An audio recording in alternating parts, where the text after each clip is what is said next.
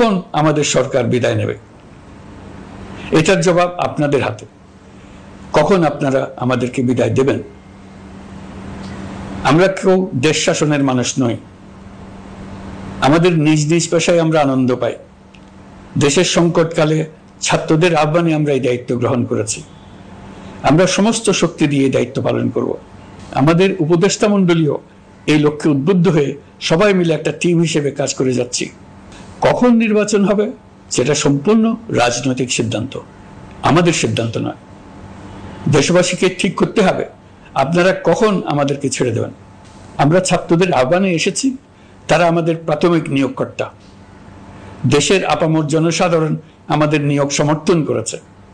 আমরা ক্রমাগতভাবে সবাইকে বিষয়টি স্মরণ করিয়ে যাব, যাতে হঠাৎ করে এই প্রশ্ন উত্থাপিত না হয় আমরা কখন যাব। তারা যখনই বলবে আমরা চলে যাব। আমরা সংস্কারের অংশ হিসেবে নির্বাচন কমিশনকেও সংস্কার করব। কমিশনকে যে কোনো সময় আদর্শ নির্বাচনের জন্য প্রস্তুত রাখব। আমরা বিভিন্ন সংস্কারের কাজ শুরু করেছি। দেশবাসীকে অনুরোধ করব একটা আলোচনা শুরু করতে।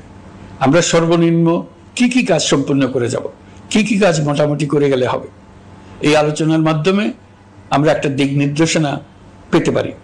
তবে চূড়ান্ত সিদ্ধান্ত রাজনৈতিক সিদ্ধান্ত, সেটা রাজনৈতিক আলোচনা থেকেই আসবে। এই দিক নির্দেশনা না পেলে আমরা দাতা সরকার এবং আন্তর্জাতিক অর্থনৈতিক প্রতিষ্ঠানসমূহের সঙ্গে আলোচনায় দৃঢ়তার সঙ্গে অগ্রসর হতে পারছি না। আমি নিশ্চয়তা দিচ্ছি, আমরা আমাদের পক্ষ থেকে মেয়াদ বৃদ্ধির কোনো প্রশ্ন তুলব না। আমরা আপনাদের সকলের দোয়া চাই। যে কদিন আছি সেই সময়টুকু উপদেষ্টা মণ্ডলীর প্রত্যেকে নিজ নিজ সাধ্যমতো দেশের এই সংকটকালে সংকট উত্তরণে যেন নিজ নিজ মেধা সাধ্যমতো কাজে লাগাতে পারে। নতুন বাংলাদেশ গড়ার যে সুযোগ ছাত্র জনতার রক্তের বিনিময়ে আমরা অর্জন করলাম, আমরা আমাদের মতানৈক্যের কারণে সেটা যেন হাতছাড়া করে না ফেলে, এটা আমরা নিশ্চিত করতে চাই। এই সুযোগ এবার হারিয়ে ফেললে আমরা জাতি হিসেবে পরাজিত হয়ে যাব।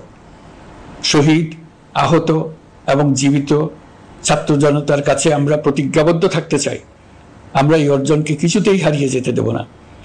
যে সুযোগ তারা আমাদেরকে দিয়েছে তার মাধ্যমে আমাদের দেশকে পৃথিবীর একটি শ্রদ্ধেয়, সকল দিকে দৃষ্টান্ত স্থাপনকারী দেশে পরিণত করতে আমরা শপথ নিয়েছি। সবশেষে আবারও আমাদের দেশের সকল মানুষ, শিশু, কিশোর কিশোরী, তরুণ তরুণী, বয়স্ক, বৃদ্ধ, নারী, পুরুষ সবার কাছে দোয়া চাইছি যেন আমরা আমাদের সকলের স্বপ্ন বাস্তবায়নে সফল হই। আল্লাহ আমাদের সহায় হন, আমাদের সবার মঙ্গল করুন।